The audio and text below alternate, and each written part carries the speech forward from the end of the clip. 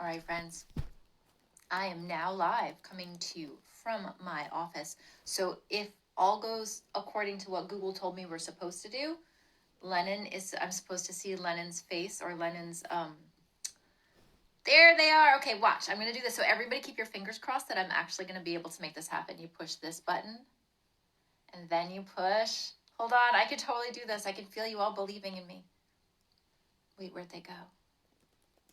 Somebody sing a little song or something while I'm doing this, because now, Lennon, now I don't see you. Oh, for the love. I'm going to try it again. Oh my gosh. Okay, so for those of you who maybe don't know me yet, Tech and I are not best friends. Tech and I are not best friends, so I'm going to try this again. Lennon and I have an alternate plan. Kate and Sash, oh my goodness, look at all the wonderful people who are here right now. Maybe I can do, oh, for the love. This is going to get better, y'all. Just so you know.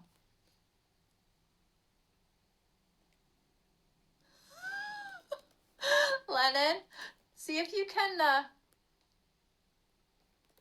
Lennon, see if you can request it. Oh my gosh, you guys. Look, I can make screen things, but I can't figure out how to. Okay, here's what we're going to do. What is even happening? Okay. This Instagram Live is going to improve as soon as I figure out the tech. And subsequent ones, we're going to look like complete old pros after this. I'm going to try to do this again. Kate Ballard, I know that you're on here. If you can send me a comment and tell me how you did your invitation Instagram Live, because I've seen it. I saw you do it. Let's see. I know you believe, Gordon. Gordon always believes in anything I'm attempting to do. It's not always the easiest thing in the whole world. Let's see. Lennon just sent a message saying this is their actual hell. Oh my goodness. All right. I'm going to try this one more time, and if this doesn't work, here, hold on, you guys. I'm so sorry. I mean, I can't apologize for not knowing how to do this because tech, again, not my specialty. Lennon, can you see a thing where it says that you like request to join me? Is maybe that there? There might be something. And if any of you know how to do this already, leave a comment here so that we can see what we're supposed to be doing. You're definitely not alone, Susie. Yeah, no. It's amazing that we can get the amount of material out that we do with my tech challenges. That's largely because we have Micah on board. Micah, who's here. All right, so let's try this. I think what we're going to do, friends, oh, wait, I think we did it. Wait, hold on. No. Lennon, I just saw your thingy, but now I don't. Oh my goodness gracious. Check under the hood. I'm trying to check under the hood, Gordon. Oh my goodness. Okay. Lennon, try it again because I saw it, but it wouldn't let me do it. Patience, man. If Lennon and I can't do it this way by them sending an invitation, they might have to leave and then join again. Oh, okay. So Lennon, if you leave and then join again, I might be able to do it that way. When I first joined the Instagram Live, I see an option request to join. Okay, so Lennon, leave and then come back, and you should be able to see a request to join. You're also staring at my computer now. That's never fun. There we go.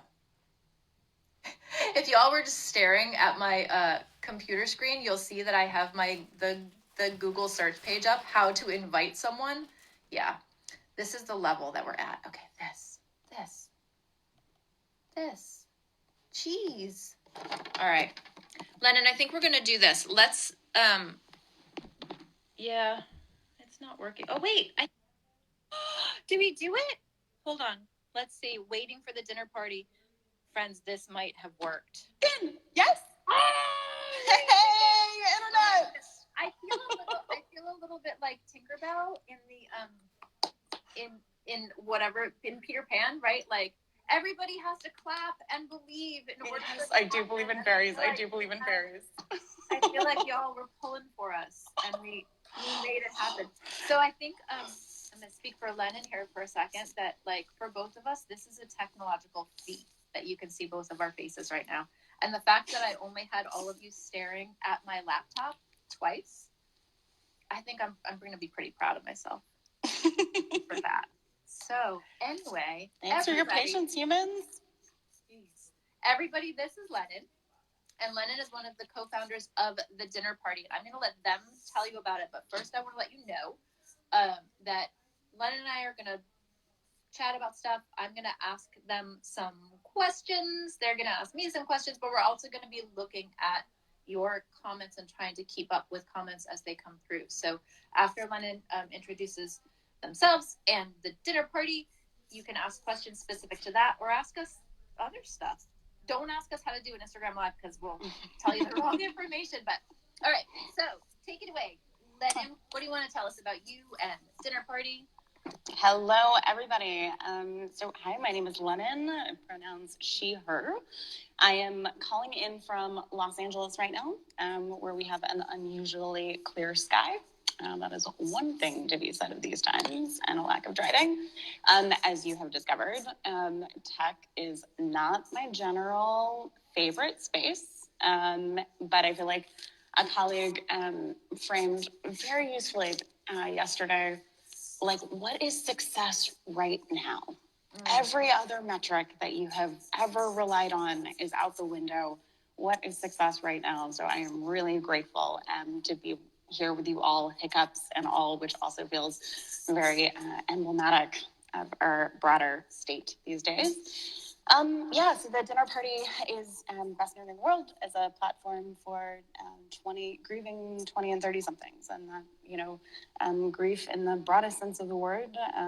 Folks who are Googling at 3 a.m. After the ground has fallen out beneath them, and very much in that acute state that many of us find ourselves in right now, and folks who are years and decades out, and long for spaces in which to talk openly about something from which the world has expected you're fine now, you've moved on. Is that really a thing in your life? And in fact, what are the ways in which your whole being and life is colored by every experience that you've carried into it, particularly of losing the people who've mattered most in our lives. So to every dinner party you're out there, hey guys, great to be here with you all.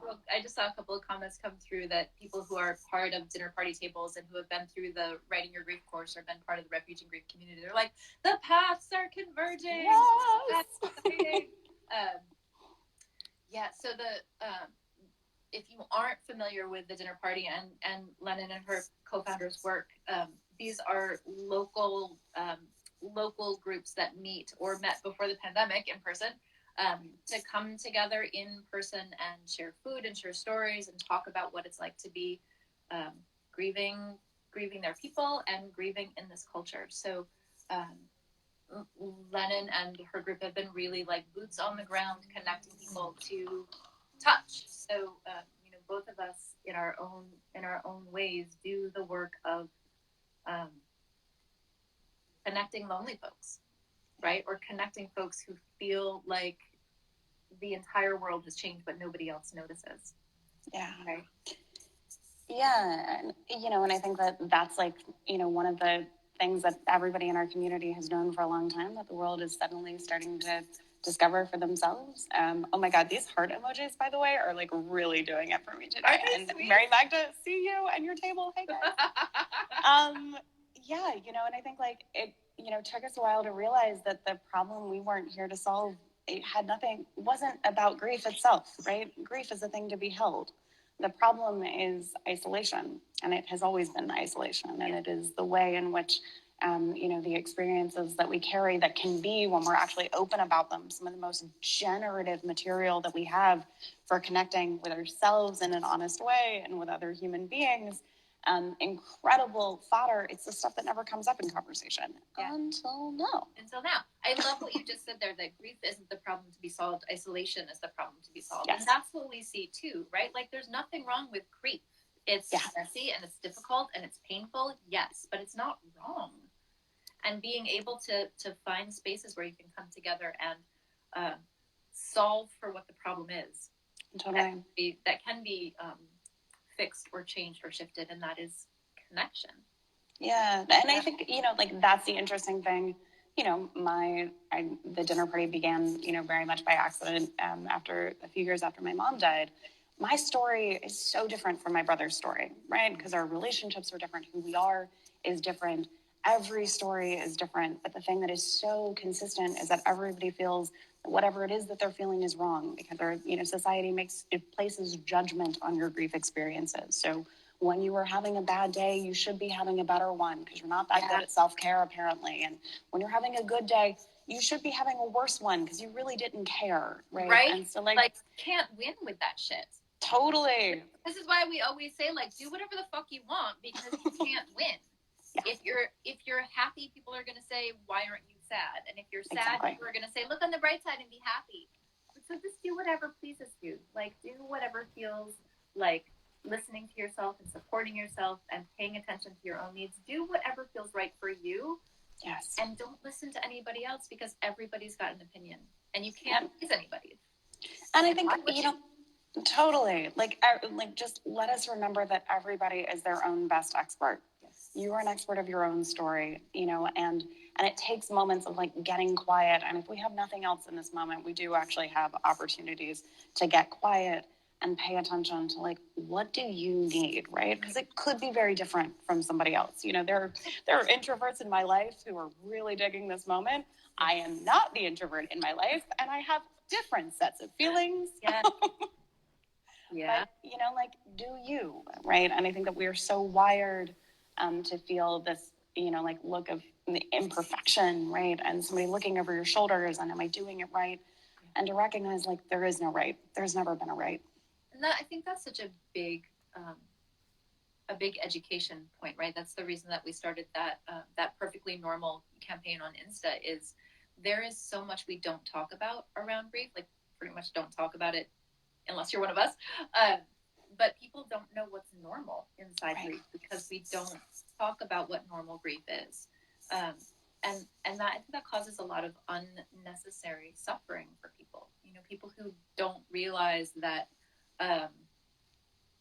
cognitive changes are normal or that their capacity to read might be impacted by their loss. There's all of this stuff that's weird, but it's only weird because we don't talk about it. And one of the things I love about what you do is you bring people together to talk about the whole range of what they're experiencing.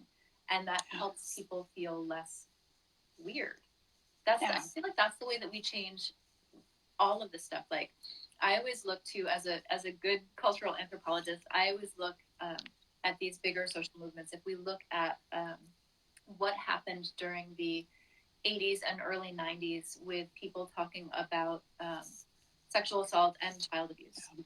Nobody talked about that shit before, right? Or if they did, it was very sporadically and very sort of hush-hush, and maybe you do it anonymously. But in the 80s and early 90s, we saw a lot more people starting to talk openly about it. And what that did was bring people out of the woodwork and start getting people aware of these issues. Now, certainly we still have massive epidemics and problems with child abuse and with sexual assault. But the difference now is that we listen to each other and we know that those things are wrong. That seems really stupid. But the reason that we've made so much progress with social issues like those is because people were brave enough to start talking about it at a time when nobody was doing it. And I see the same thing happening now with grief, right? That this is stuff that historically we have not talked about. We haven't normalized it. We haven't said, hey, I'm feeling this. Is anybody else out there feeling the same way? We're doing that culture changing work by telling the truth about our own experience and telling that truth in community with others. Yes. So hopefully that in 5 years or 10 years, we can look back and be like, wow, those really brave folks doing this work started that change where now we know that companionship is the way forward. Yeah, I mean, I think like so much goes back to like that word normal, right? And it is abnormal to believe that every other person is doing great at every given moment, right? And I think about, what so many of our social movements in this moment are powered by people who are, who have the courage and the bravery to tell their own truths, right? And we can't get anywhere until we're willing to be honest with ourselves and one another. I think about my own mother. She was the daughter of an alcoholic, and in many ways, much more motherless throughout her lifetime than I was. And the lack of vocabulary at that time, for navigating addiction, right, and its consequences, versus, like even the language of 12 steps and what that's afforded us, right, and its kind of familiarity that we can show up, for ourselves and for friends who are dealing with addiction and dealing with that in people that they love.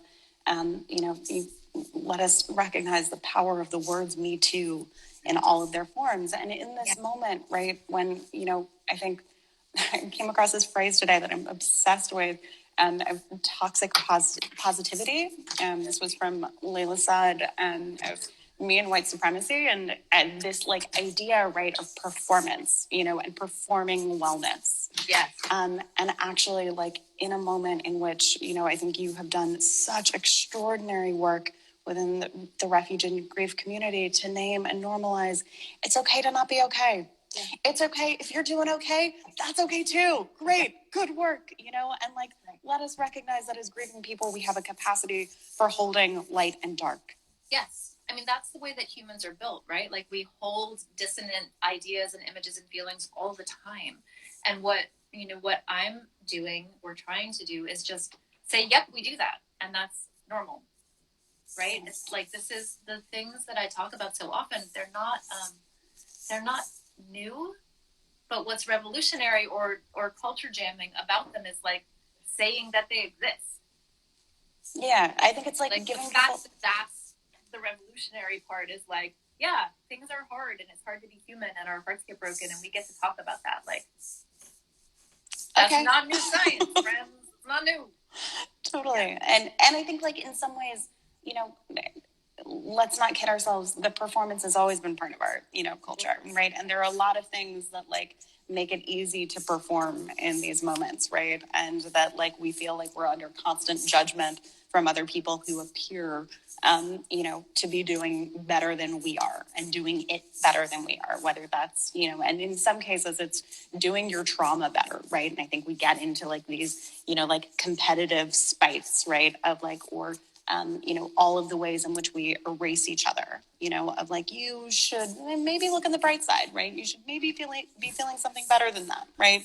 Maybe you're just like not paying attention to the sound of birds, and okay, let's pay attention to that too. But I think how can we just get away from the idea that somebody has the secrets that we don't. Yeah. You've got your own secrets. Yeah. So there's a comment that brings up something really interesting. I was trying to listen to a podcast the other day when I was walking the dog, and they started talking about positive and negative emotions, and I had to turn it off because it was infuriating me. And I'm like, I'm sorry, grief is not negative. And anytime you start talking in a binary like that shit, like things are gonna go wrong. And somebody commented here. I've also heard that type of positivity referred to as solar powered. Society is so terrified of the dark and the shadows. One of the things that really, thank you for that comment, by the way, one of the things that really irks me about the way that we talk about experiences and emotions is we talk about dark emotions or like don't fear the dark or any of this stuff. And there's such fucking racism in that. Right? When we talk about dark and negative emotions or come to the light, like what we're really saying is don't go into the dark. And the dark has been associated with both women and communities of color. Yes. Right? Like all things that in that patriarchal cultural structure these are the things that are deemed threatening or terrifying, right? Darkness, things under the surface, things that are not measurable by your scientific mathematical data, women, communities of color, compost, all of these things that have been sort of culturally not invited to the party, these are the things that we need to hold hands through and talk about. I'm just so tired of hearing dark emotions and negative emotions. And I know you have a rant on that, so let's hear it. Oh, hell's yes. Well, I also think that, like, the ways in which our society, the grief is a social justice issue, right? And in this moment, let us also pay attention to, the reality that those bodies that were most at risk before are most at risk now, right? And I think that we are living in this moment where both we are recognizing and reckoning with the reality that grief is a great equalizer, and grief is not held equally, and it never has been, right? Let's not kid ourselves. And I think that exact, like, the language of fearing darkness and looking to light, right, is absolutely a tool of white supremacy. Let's call it what it is, right? And a fear of dark bodies, right? And that actually, like, it has always been a lie that we had any certainty, right? That darkness is all we ever live with, right? And the unknown, and the fact that the things that you assumed were guarantees yesterday might not be guarantees tomorrow. So I think, there's so much that we can say about that. And then how do you use, like, your experience of grief in this moment, not to further insulate yourself from the world and the issues in the world, but to actually dive more deeply into them, right? And I think so often, even in this moment where I think that we are coming to recognize, like, the language of meaning making, is more talked about, in grief spaces and publicly than it ever has been. Let us not kid ourselves that it's not the trauma, it's not the suffering that has meaning, right? It is your capacity to make meaning of it, right? Let us just hold dark spaces for what they are too, right? And, like, actually sit in a space where we have a capacity to witness and be with pain, and to marvel at our capacity to hold it as individuals and collectively. And I think that some people might think, like, what does systemic racism and the disproportionate, whatever, death rates and illness rates and all of these things, what does that have to do with my grief or our grief or grief as we talk about it? And the thing is, like, I mentioned this the other day when I was talking about people who feel like their personal grief has sort of been eclipsed by this pandemic and the virus and all of these things. And while that is very, very valid, we can talk about that in a minute if we want to, but that the way that each individual person is treated and supported or not supported inside their grief is the tip of the pain iceberg. Yes. And when we're talking about, we have to get better at bearing witness to pain and allowing each other's pain to exist without rushing in to clean it up or say mine is worse or look on the bright side. We're talking about all kinds of pain. Yeah. So when we look at communities of color, or we look at folks who have experienced sexual violence and they're telling a story that doesn't necessarily make any sense to us, the way that we respond and listen to somebody else's pain has a direct relationship to how much your own pain of whatever kind is listened and honored and validated. So while discussions about systemic racism and grief and the disproportionate, again, is the word that I seem to be stumbling on, but the disproportionate number of deaths and dangers and risks and all those things, while it may not seem relevant in your own personal grief, it is part of that larger narrative, that larger continuum where we're talking about a big cultural change in the way that we talk about grief and the way that we listen to grief. So I also want to say that within the sphere of intensity of your own personal grief, it's okay if you don't have the bandwidth to also think about systemic racism or the trans community or any of these other big things. Like, capacity is what it is, and it's okay. if you don't have space to hold that stuff. But I always like to bring that into conversations because I do have the capacity for it. And a lot of my friends and allies and colleagues do too. And I think it's good to use this space to widen the lens sometimes. Yeah. And I think, we're so reductive, right? And like, let us recognize that as grieving people, we have the capacity to hold a lot, right? And so the ability to look at, and I think that, societally, this is a moment in which we are having a conversation about collective grief experiences. It is not our first moment of collective grief, right? Yeah. And there's so many, particularly communities of color, that have carried grief as chronic and daily, right?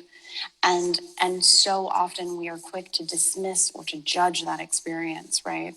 And so let us, as you sit with, and this is particularly, I guess, to white-bodied folks in this moment who are experiencing for the very first time collective grief and pain, right? That like are reckoning with those for whom this isn't just a new experience, right?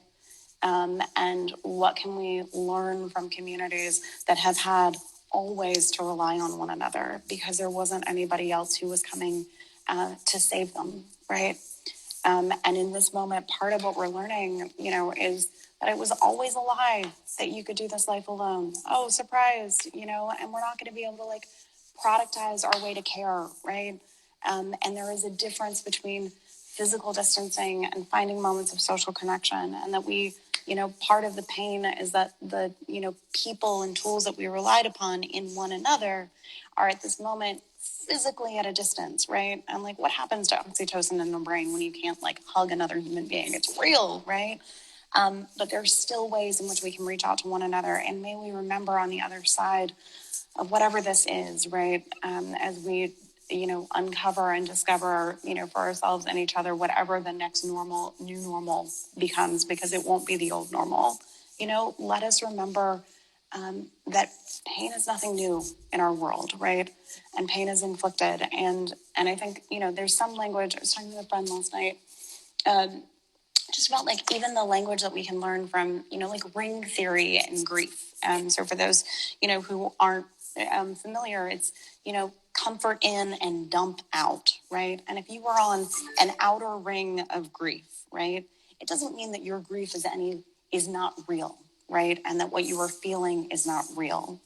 It does change whose labor you're asking for to hold that, right? And I think that in this moment in which all of us are feeling something, let's not kid ourselves, but not all of us are feeling the same thing, and not all of us are being affected in the same ways at the same rates, right? Just to remember, dump out to the next layer, right? And comfort in. Yeah. So the ring theory, I'll have Micah, if you're still on here, look up ring theory so that we can get the link to the therapist who did that. Most of you might have seen it in the LA Times. I always forget that therapist's name. This is my own failing. I know it's not in my brain, but I always remember to tell people where to look for it. Micah, if you can find the ring theory and post the person's name, thank you. Thumbs up from her. Just so people know what we're talking about. There's so much in everything you just said, and I've also been sort of watching the comments, so I want to get into some of our questions from folks. You said something about making meaning out of loss, and somebody commented that they wanted to point out that making meaning is not the same thing as productivity. This is such a huge thing, right? From the outside, grieving folks grieving anything, right? But grieving folks are very often like, you need to find some meaning in this, as though it's an action that we do, an act that we complete, that once we've done it correctly and found the right meaning, things won't suck anymore. Which is basically just another pretty way of saying, stop being in my face with your sad, because you're harsh in my joy. Right? So let's talk for a minute about what making meaning out of your loss actually means if we divorce it or take it away from that productivity machine that you're expected to make some meaning out of your loss. One, so that other people can benefit from it, but two, also so that if you do that correctly, you'll heal and not be sad anymore. Totally. Yeah, and I think, like, I do think that we're arriving in a place where we like recognize, the ways in which we throw at one another, the language of stages, right? And the like deep misinterpretation that kind of goes back to how we like how we conceived of something as linear that was never designed to be linear, in its telling, right, is very real. I think the, harm that we can do in a moment, of saying, like, adding to the plate of grieving people one more thing that you're not doing well. Yeah. Right? Because you haven't found meaning, right? And you don't owe the trauma and your pain and suffering anything, right? And I think, like, free yourself of the expectation of, like, I've got to go find the meaning in this. I've got to go find. I've got to, like, get in. I love the idea that it isn't a project. It's not a task. Get over your task orientation. That isn't to say that, like, crafting your own response to grief matters, right? Making your own response, creating, like, rituals that have personal meaning to you, right? And tie you, to what makes you feel most alive or connected to the dead. If indeed, I think that's a different rabbit hole. I think sometimes we ignore the pain of the grief of those who've lost people who they never had in life, right? And there are a lot of ways that we lose the living, and are disappointed, by the living and those who never showed up fully into relationships. And that grief is every bit as real. But I think if what you're longing for is some means of connecting, to the person whose, physical presence you would do anything for, right? Then yes, there are ways to find meaning, in, and to find meaning in the fact that, the things that matter to you today didn't matter to you before. And, like, thank you in the way that grief can create a veil between you and the world. It can also free you of a veil. All of those things are true. But if at a moment you don't feel any of that garbage, right? Yeah. And all this is just the horrors that, like, the world can inflict upon you, that's okay to feel too. Yeah. Yeah, I think there's this thing that, like, you have to find meaning, and that's not accurate. I think there's also some linguistic confusion here, that we think that finding meaning is the same as finding a reason, right? Like, oh, you needed this to happen so that you could do, but, like, I actually hear this quite a bit. Like, I'm really sorry that your partner died, but look at all the wonderful things that you've done to help people. And it's like, what wonderful things did I not get to do because my partner died? You know what I mean? I mean, it's a real diss to who the person was before, and also makes relationships into this reductive equation, right? Here's this person, or this body that needed to be sacrificed in order for you to be of service to the world. And that is such a deeply stitched narrative in this culture. So, one, making meaning for yourself out of your loss is not required. And second, it's even finding meaning in it for yourself does not mean that it's a fair trade, that there was a balance that was restored. And it doesn't undo anything. It doesn't. Right? It doesn't undo pain. Those two things get to coexist side by side, and in the way that, we hold deep curiosity for the way things might have been, right? And would love to discover. I'm so curious to meet the human that would have emerged had my mom not died, right? Yeah. And in all of the subsequent losses, if I could go back, and hang out, like, I'm sure that there would have been a lot of meaning in that person's life too, afforded by innumerable other experiences. This happens to be the life I'm leading, right? All of the possible selves that might have been are not better or worse than the self that is, right? And I think that's what we accidentally or inadvertently do with our language, is we say that this self is better than the others would have been, and that is rude. And also omniscience, right? Like, well, how do you know? Right? This is like, all I got. Other mean cancer. Like, what the fuck do you know? But there's this. So it reminds me of, there's this really lovely essay in Cheryl Strayed's Tiny Beautiful Things. I think it's called the Ghost Ship, maybe. Mm. I don't remember if that's the name of the essay, but she's talking about, like, the ghost ship of the life that you didn't choose, or the life that you didn't live, and all we can do is wave at the ship from the shore. I read that like 3 years ago, and it still gets me. But this is the thing: is like, if your loss hadn't happened, you would have had some other life, but that doesn't make one life better or the other. Like, life is a series of accidents and mishaps and gifts and chance visitations. Like, we don't know what's unfolding. And to say that one path is any better than another path, especially when you didn't choose this damn path. Right. Like, you're on this one. That's true. Yeah. Right. You know, and I think like it's the comparison, you know, it's the comparisons and the judgments that we place of like, oh, look at all the wonderful things that have unfolded since, right? And therefore, I think there's a lot of, you know, comments that are coming through of just the absolute garbage of things that happen for a reason, right? Which that can be absolute garbage alongside the reality that you may claim joy again, right?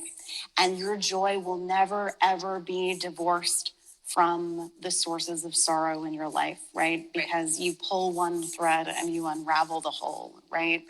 And all we can do is like with curiosity, wave at that ship.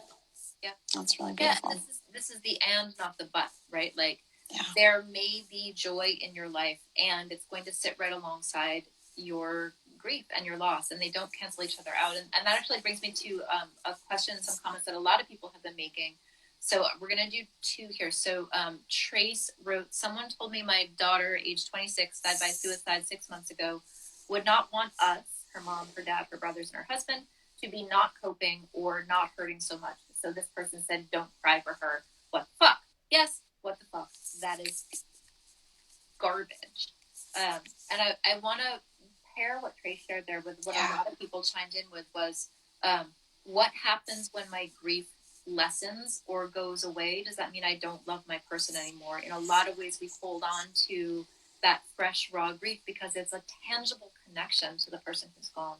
So one of the things that I want to talk about, you and I together here, is the bullshit things that people say, and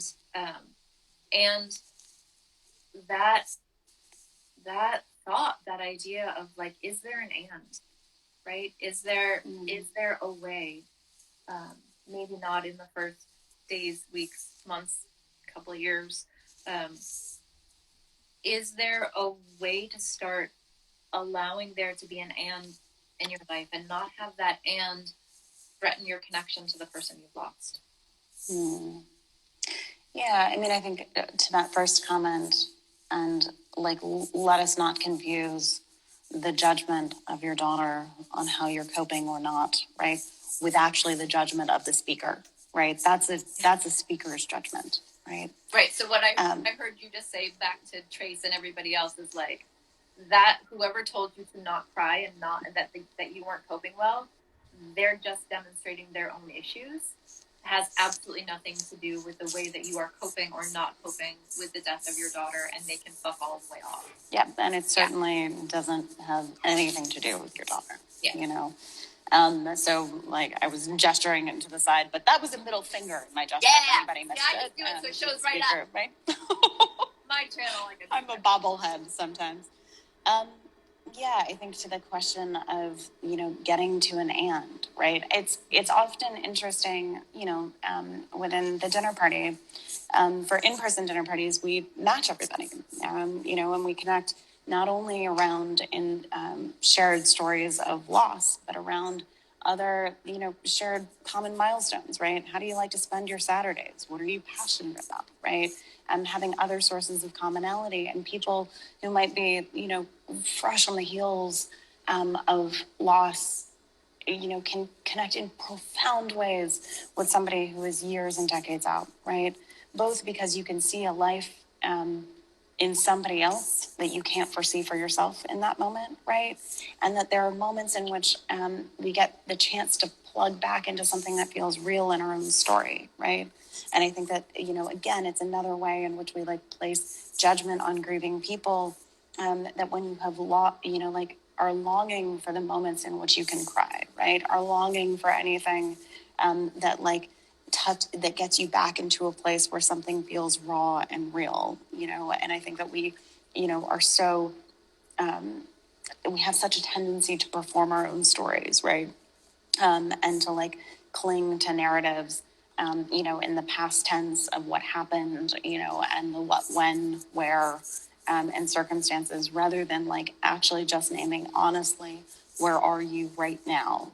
And wherever you are right now, whether it is feeling deeply connected or feeling disconnected, it's an okay place to be, you know? I think that this isn't, for any person, you know, who's like lived their own, you know, story of loss and navigated those roads themselves. Oh my God. What is your dog's name? Luna. Hello. Hi, Luna. Do we want to see her for a moment? Welcome to this conversation. Yes, please. Like, emotional support animals, also how we're going to get through this, you guys. Oh my gosh. Hi, Beauty. You're just going to have a conversation with Lennon right now. It's perfect. Perimeter safe right now. That's what she's doing. She's been napping. She's been napping this whole time, but somebody walked by the house. Whoa. See, Luna demonstrating what it is to pay attention to what is real and in front of you and true in this moment, okay? Really good. She's also going to be really good at demonstrating an overblown panic response. That's also... Which we're going to normalize for you, Luna. That's okay. That's right. That's okay. Understand where that comes from. Yeah. Yeah, understand where that comes from. Thank you for letting me know that somebody walked by. Let's actually assess our safety in this moment and has the threat passed. Yeah, we're gonna do some trauma informed here that we carry with us into every new experience, all of the experiences before, right. and I'm sure at some moment. Learning as we go. This is what we're doing. But yeah, go ahead. Well, and I think that like we have to make space for both, right? We actually have to get better at holding the and, you know, and in this moment, right, you know, both the, you know, coming wave, the presence of despair, right? And that it is equally true that we need to do an infinitely better job of naming that it's okay to not be okay. We also have to reckon with the fact that like joy is our engine fuel, right? What are the things that get you out of bed, right? And that doesn't divorce yourself from the fact, from everything, every other source of suck, right? In fact, but I think like the thing that makes us human is the capacity to hold both, right? And to, you know, and that like one doesn't, we so often are like quick, again, it's all like stems from the ways in which we judge ourselves and each other, right? But that one doesn't make the other okay. Right. And that's okay. Right. Mm-hmm. And I think also, you know, I want to point out for some folks, joy is way too big of a stretch. Yeah. Right now, like to even contemplating that you might potentially feel a little tiny glimmer of joy one day is just orders of magnitude further away than where you are. That is normal and that is okay. It is normal for a human to lose all sense of joy or interest in anything. Yes. It's really, really normal. I think that's one of the hardest things, or can be one of the hardest things for people to lose, right? One of those secondary losses after losing a person that you care about is like you don't care about anything anymore. And losing, there's a post way back in my blog archives called The Loss of Nameless Things, which is also the name of the movie. But all of these nameless losses, right? Like losing your capacity to feel joy is a really big loss. And when your heart starts to kind of unclench, there's this, I'm going to describe that image because it's such a great image. So I remember when Matt first died, I was in a yoga class and the yoga teacher was a friend of mine. And they said, you know, if you clench your fist, and if you have nails especially, if you clench your fist for a really long time, it's going to hurt when you open your hand, right? And this is sort of like grief, right? Grief is this contraction, not right, not wrong, not positive, not negative, but grief makes your body curl in on itself. And it is going to hurt when you start to open up that fist of your body or the fist of your heart. It just is, right? And when that starts to happen, whenever that starts to happen, and you laugh at something, or you look outside and you see something beautiful and you feel joy or awe or something in that first time, I think for a lot of grieving people, that's immediately followed by like, oh my God, did I forget my person? I'm one day what further does that out. mean, right? Like, what does that mean about me that I can be happy or that I can find a moment of joy and they're dead? I think that we have that dichotomy in ourselves too, that whole either or, I can be one or the other, but I can't be both. And if I have joy, even in a fleeting moment, does that diminish my love for my person? What does that say about me? And I've seen actually quite a number of comments here of people saying that or asking that, like, I don't want to let go of this pain because it is my tangible connection. And if I am happy or if I have a good life, does that mean I didn't love them? Does that mean that they weren't important to me? Yeah. And that's heartbreaking to me that we think that. I thought that after Matt died too. Like, the fuck? I mean, I do that now, right? Like, I do zillions of interviews, especially now. Most of my days are interviews. But, you know, people say, like, you have this, like, you help so many people, you have this great thing, and, like, I have a really, really beautiful life. Yeah. Do. And Matt's dead. Yeah. That's never not going to be weird, right? Like, that's never going to balance out in my head. And so I talk about that because I want you all to know that life will find its own rhythm again. It will do that because that is what life does, whether you want it to or not. It's going to take a really long time, but little by little, that clench will start to unfold a little bit. And it doesn't diminish your love for the person. It doesn't mean that they matter any less to you, right? Not at all. The heart is expansive and inclusive. It is not reductive, and it's not, the heart is not a monogamous organ. Yes. Right? Meaning that, before anybody freaks out on me, we expand to absorb more love and more experience, and it doesn't negate anything that came before if and when your life starts to expand again and include more curiosity or more joy or more connection. It doesn't erase what came before and what is still now, right? Your love for your person still exists now, and that is untouchable by anything else. Yeah, and I think, I mean, you named that, like, if you were in a position where you cannot feel joy, that's an okay position, right? And let us, like, not associate where we are now as permanence, you know? And all that is ours to do is to pay attention and to be honest with what's here. And I think, you know, love is the one fucking resource in this life, you guys, that's, like, renewable and not limited, you know, and that your heart can hold multitudes, right? Yeah. And that, you know, we get to, like, love again. And that is the work, right? Like, there's that, I'm going to totally butcher this. I think it's like some 12th century poem, but, like, to, like, love is such a foolish thing, right? And, like, we know that, like, when you have lost someone and everything, right? And you know exactly how fragile and tenuous this life is, right? It is perfectly reasonable to, like, meet that with I'm done with loving, right?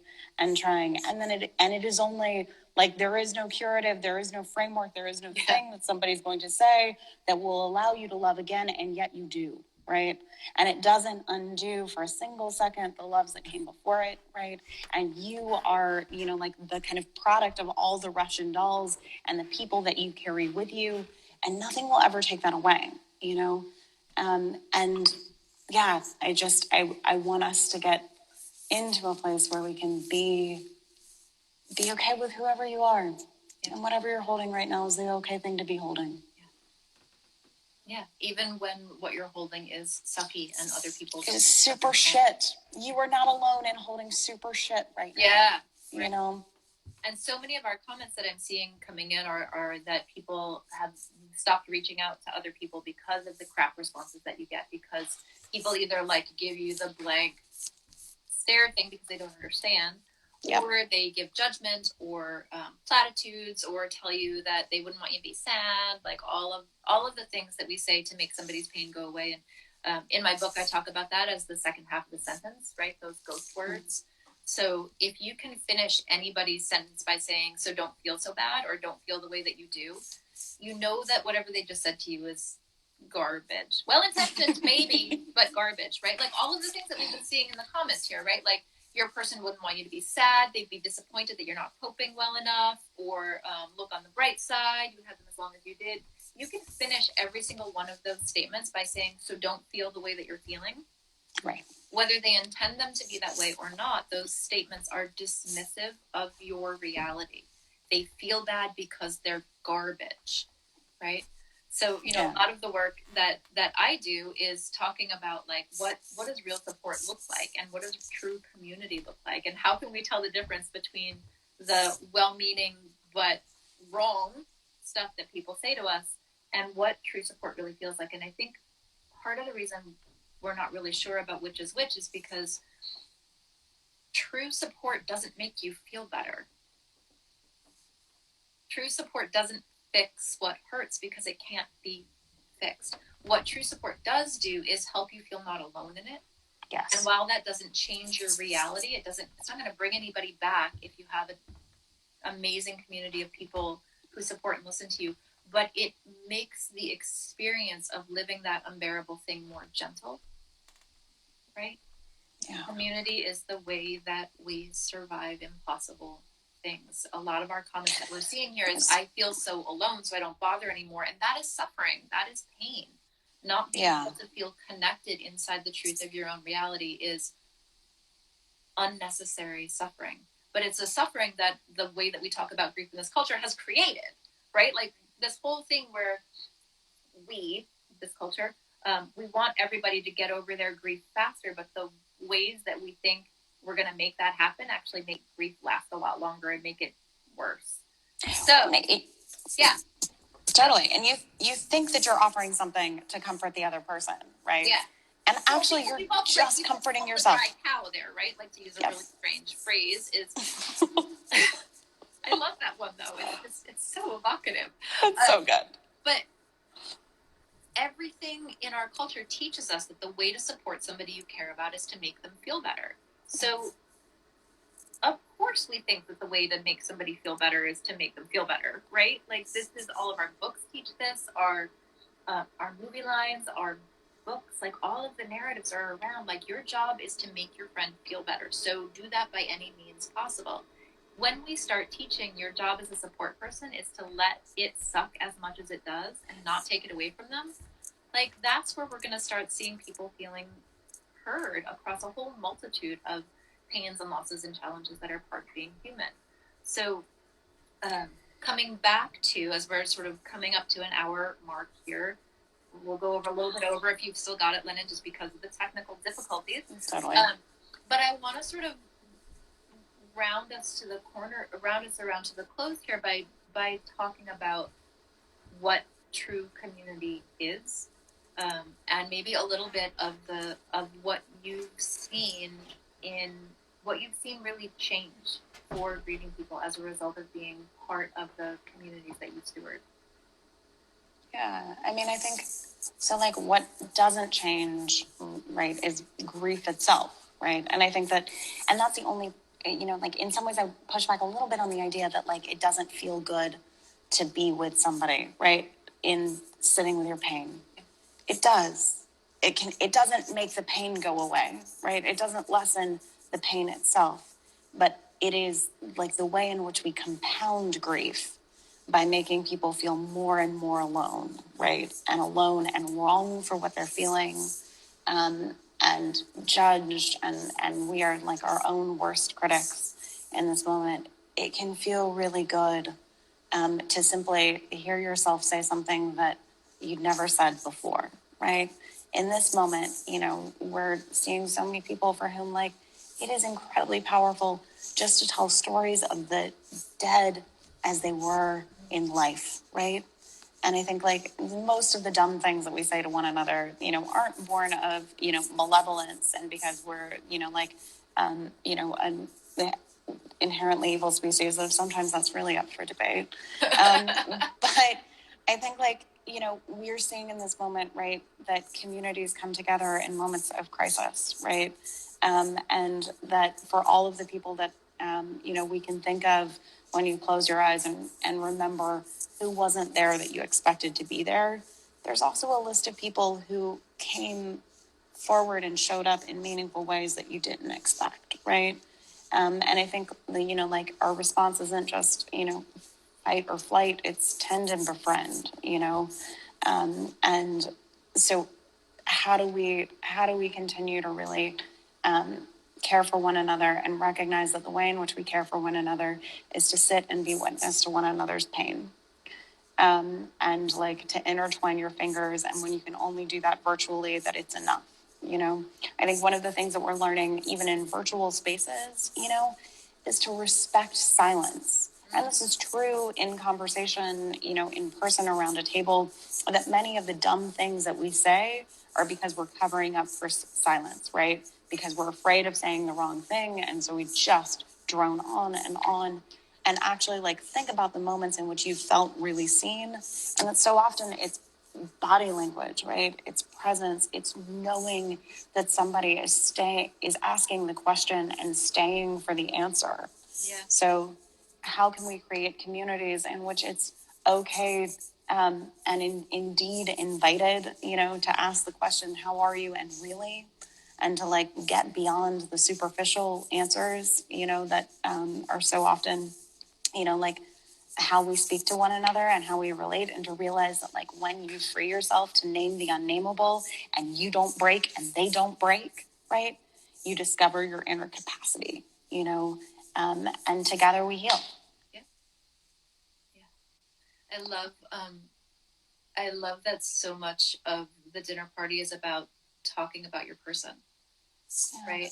There are so few spaces where you can bring up your person's name, where people don't ask questions about them because they don't want to upset you or remind you that they're dead. And it's so powerful to be able to talk about your person and not have them be erased. And we're seeing a lot of this in our comments right now, that people just want to be asked about their person. They want to know that they're remembered.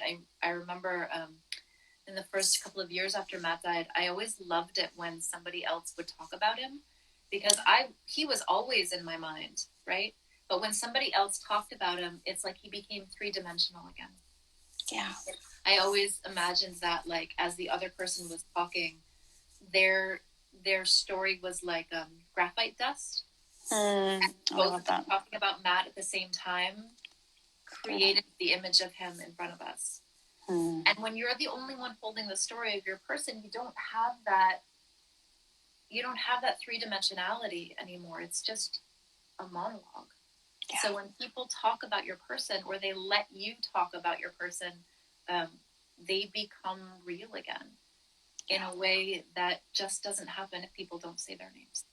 Yeah. Right? So I love that the dinner party does that at its root. It's the place to bring your person, right? It's almost like there's we talked about the ghost ship, and the second half of the sentence, it's almost like there's an invisible party at each dinner party, right? That there is we just did Seder, right, with the empty seats that people for Elijah, and it's like there are a lot of empty seats at the dinner party that are filled with our people.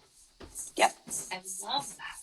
Yeah. And that like those people continue to live in you, right? You get to carry, like we are all, again, the composite picture of everything that's come before, and every person who has touched us, and the reminders that the people who have touched us touched other people, and that they are remembered in their totality, right? Not for the fact that they died, but for the fact that they live. Is there any greater gift that we can give one another? So I don't know if you see what's happening in the comments right now, but people are putting their people's names. Hey, thank you, everybody. To Monica and Javi and Sally and Del Marie and Steve, Paige, and to ourselves. Thank you, guys. So beautiful. All right, Lennon, let people know where they can find you, and then I will also okay, so the process here, going back to tech for a second, everybody, is that when I end this, I'm supposed to be able to save it and post it to stories. So I'm gonna need your fairy things. Good wishes. Let us. I do believe in fairies. Exactly. And so do all of you. when I do that, I will tag the dinner party, and I will also put a link in where you can find out more information about the dinner party. I know that there are often waiting lists for tables in geographic areas, but I also know that you had a great fundraising year last year, and you've been able to expand that. So when I put this stuff up, I will tag all of that. If for some reason this Instagram